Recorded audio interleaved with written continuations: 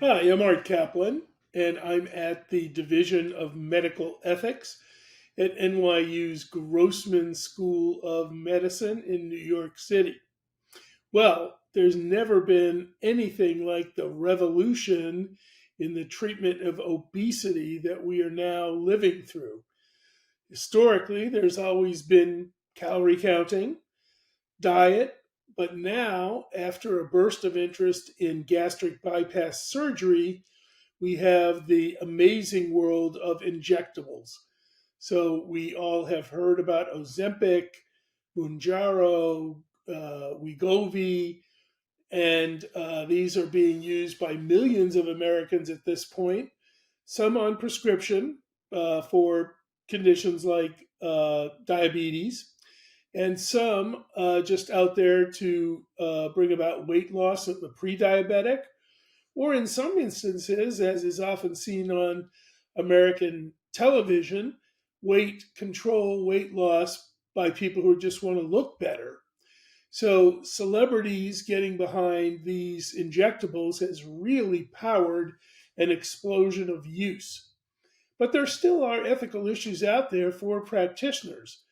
For one thing, there are some forms of semaglutide, the key ingredient of these injectables, that are made by compounding pharmacies. They're not the name brand prescription injectables made by large companies. They're brewed up, if you will, by a specialty pharmacy trying to mimic the ingredient. And what we've seen in recent weeks is an explosion of overdoses.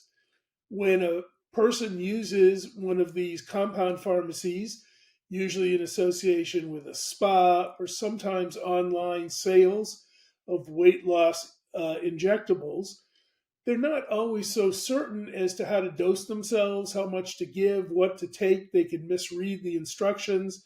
The more it's up to them to determine the dose, the more there's risk of error. And reports have as much as 1,500% increases in poisoning of people who took, instead of a tenth of a milliliter, 10 milliliters of these compounded versions of the injectable drugs. So everybody needs to be alert, not only for adverse events from the prescription injectables.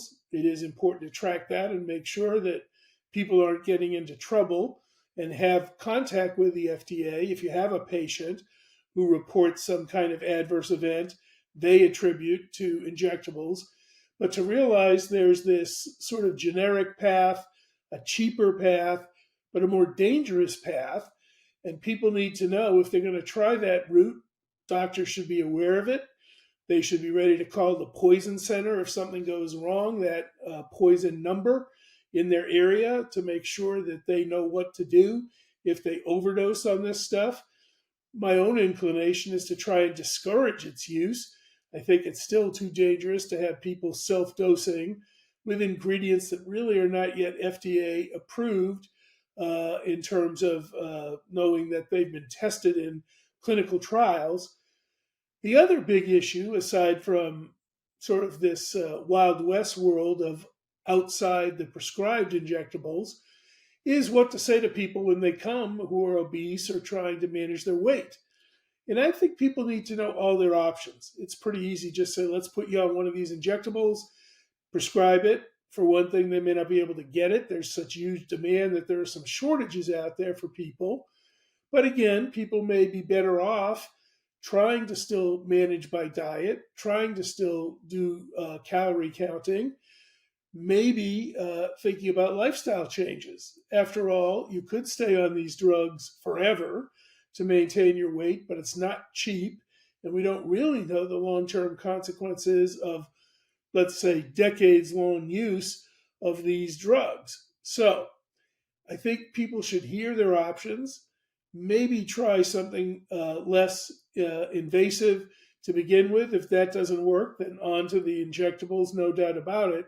But it isn't so clear to me, given the cost and some of the unknown of long term use, and some of the dangers of people sneaking around trying to get things cheaper on the side, that going straight to injectables is our best answer.